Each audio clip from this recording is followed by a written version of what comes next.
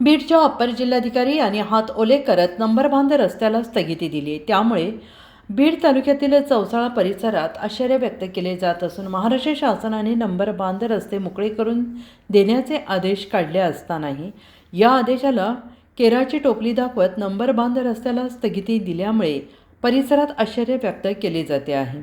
महाराष्ट्र शासनाचा आदेश हा फक्त दिखावा आहे का, यासाठीच आहे का, असा देखील प्रश्न सामान्यातून चर्चेला जाऊ लागलेला आहे. अजिंक्य महाराष्ट्र न्यूजसोबत प्रतिनिधी विवेक कुसेकर, बीड. शंका जी आहे का तुमच्या शब्दरचनेत मी मोगम शब्दरचनेला तुम्हाला जुमानणार नाही. मला तुम्ही दाखवायचं की हे काढायचंय आणि मला रस्ता रिकामा करायचंय. मी तुम्हाला तिथे कुणीच थांबणार नाही. आम्ही लगेच चाललो गावात.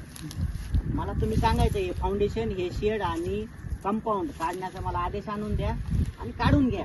मी इथं थांबणारच नाही. रस्ता मोकळा करा म्हणजे ती काही मोकळी जागा आहे का?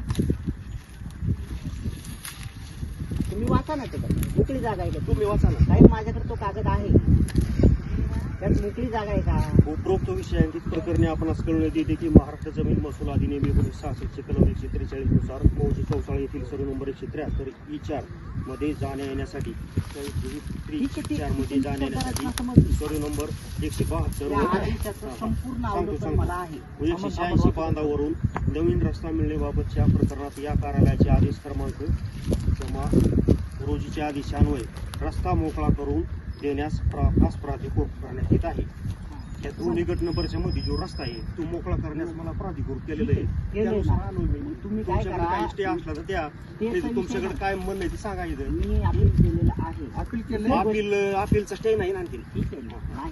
तुम्हाला 143(5) माहिती आहे का? मग 143(5) माहिती आहे? निकाल झालाय ना. 143(5) माहिती आहे? 143(1) प्रमाणे आदेश आहे. 143(5) माहिती आहे तुम्हाला? काय तुम्हाला मी इंग्लिश मधला कागद देईन का?